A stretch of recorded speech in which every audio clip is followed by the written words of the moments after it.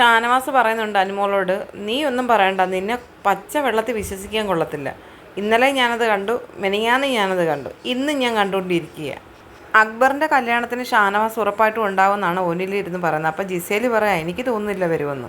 Gizele ഉറക്കെ വിളിച്ച് ചോദിക്കുന്നുണ്ട്, ഷാനവാസ് അക്ബറിൻ്റെ കല്യാണത്തിന് വരുമോ? അക്ബറിൻ്റെ കല്യാണത്തിന് വരുമോ ജനുവരിയിൽ എന്ന് ജിസേൽ ചോദിക്കുന്നുണ്ട്. അപ്പോൾ ആദിൽ ചോദിക്കുകയാണ്, ഷാനവാസൊക്കെ എന്തോ ജ്യോത്സ്യനോ കല്യാണത്തിന് വരാൻ? അക്ബറിൻ്റെ കല്യാണത്തിന് വിളിച്ചാൽ വരുമെന്ന് ഷാനവാസ് പറയുന്നുണ്ട്. അപ്പം അക്ബർ ചോദിക്കുകയാണ്, നീ പൈസ മേടിച്ചിട്ടല്ലേ ഇവിടെ എല്ലാവരെയും കല്യാണത്തിന് പോകുന്നത്? അനുമോളോട് ചോദിക്കുകയാണ്. അത് അങ്ങനെയൊക്കെ ഉണ്ടോയെന്ന് ആദിൽ ചോദിക്കുന്നുണ്ട്. എപ്പോഴെന്ന് അനുമോൾ ചോദിക്കുന്നുണ്ട്. അപ്പോൾ അക്ബർ പറയാണ്, ഗസ്റ്റായിട്ട് പോയിട്ടുണ്ട് പൈസ മേടിച്ചിട്ട്, എനിക്കറിയാം, ഞാനതൊക്കെ പുറത്തുനിന്ന് അറിഞ്ഞിട്ടുണ്ട്. നല്ല കാശ് മേടിക്കും, എന്നിട്ട് അവിടെ ചെന്നിട്ട് ഹാലോ എന്താണെന്ന് പറഞ്ഞാൽ എല്ലാവരുമായിട്ടും പരിചയത്തിലൊക്കെ ആവുമെന്ന് അക്ബർ ആക്ട് ചെയ്ത് കാണിക്കുകയാണ്.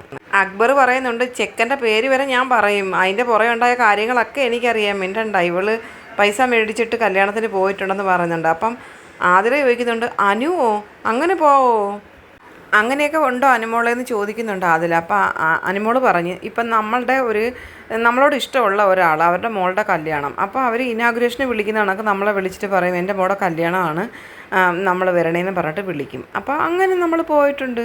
ആദില പറയുന്നുണ്ട്, ഞാൻ അങ്ങനെയുള്ളവരെ കണ്ടിട്ടുണ്ട്, പിന്നെ ബർത്ത്ഡേ വിഷയമാണെങ്കിൽ ഇത്ര രൂപ ജീപേ ചെയ്തു എന്നൊക്കെ പറഞ്ഞിട്ടുള്ളവർ.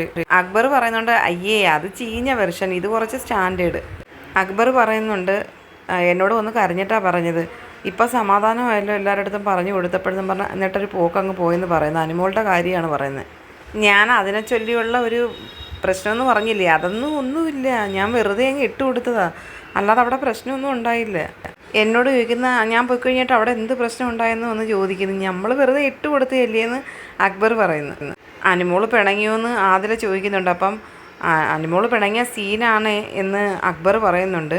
ആദില പറയാ, അനുമോൾ പിണങ്ങിക്കഴിഞ്ഞാൽ പറയുന്ന മൊത്തം ഞാൻ കേട്ടുകൊണ്ടിരിക്കണം, അവൾ കുറച്ച് കരയട്ടെ, അവിടെ പോയി പറഞ്ഞു കൊടുക്കണം കാപ്പി എടുത്തുകൊണ്ട് പോയ കാര്യമെന്ന് ഷാനവാസ് പറയുന്നുണ്ട്. നല്ല രീതിയിൽ പോയിക്കൊണ്ടിരുന്ന ഒരു പ്രാങ്ക, ഇവൾക്കും അത് പറഞ്ഞു കൊടുത്തത് ആരാന്ന് അക്ബർ ചോദിക്കുന്നുണ്ട്.